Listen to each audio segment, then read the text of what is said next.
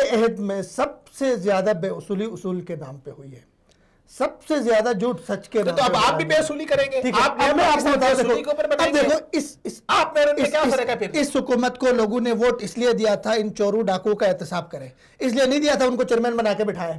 ये अभी अगर हटा रहे इसको चेयरमैन से तो अच्छा काम पहले क्यों बनाया? अच्छा पहले क्यों बनाया? पहले सोई हुई थी हुकूमत यार, गलती से यू टर्न सियासी चाल कर सकते, सियासी चाल कर सकते। वो बड़ा लीडर भी तो बनना है ना। नहीं यू टर्न नहीं लेंगे तो बड़ा सियासी लीडर कैसे बनेगा? कद काट कैसे बढ़ेगा? वो अवामी हक में जो फैसला वापस। आपको मैं जाती तौर पे एक बात, शहबाज शरीफ के हवाले से मेरी जाती राय, देखो मैं नून के खिलाफ लिखता हूँ, देखो नून के खिलाफ मैं आज तक लिखता रहा हूँ, मुझे लोग जानते भी हैं। मैंने आज तक शहबाज शरीफ के खिलाफ नहीं लिखा, आप मेरे कोई पोस्ट नहीं दिखा सकेंगे जिसमें मैंने शहबाज शरीफ के खिलाफ लिखा। मैं जाती तौर पे शहबाज शरीफ को माकूल आदमी समझता था, पंजाब में उन्होंने एडमिनिस्ट्रेशन में उसका काम भी अच्छा है, ठीक है, और तनकीद हो रही है।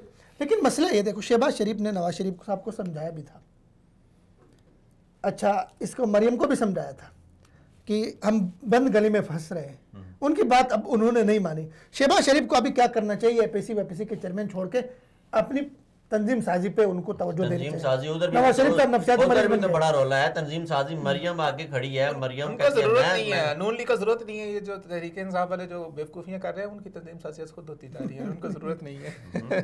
वो आप देखिएगा वो मजबूत हो जाएंगे।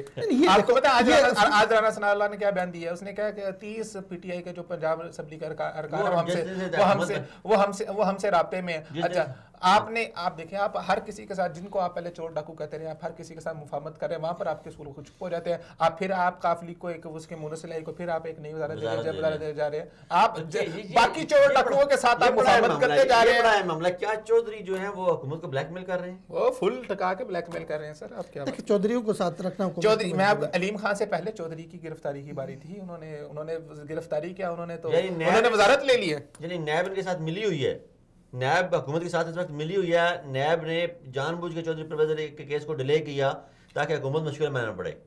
आप ये कहना चाह रहे हैं? देखिए मामला पहले परवेज इलाही को गिरफ्तार करना था, परवेज इलाही की गिरफ्तारी की बारी थी, उनके भी केस चल रहे हैं, आगे आतिफ खान के भी केस है, आगे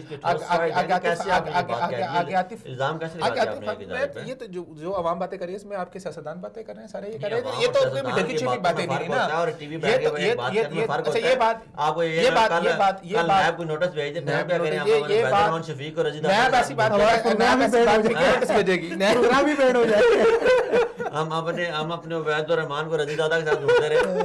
देखिए बात ये है कि नैब ऐसे मामले में कभी नोटिस नहीं भेजेगी। बात ये आज ये भेज रहे हैं भाई, ये बातें मेरी बात सुने, ये बातें कुछ बातें होती हैं जो आम हो जाती हैं। आम किस तरह हुई हैं? ये आम आपके सियासतदानों के बीच में, आपके साफियों के बीच में, हर कोई बंदा ये बात कर रहा है ना। आप जाके सुने साफियों का अलमिया, देखो साफियों का अलमिया ये है, आप जाके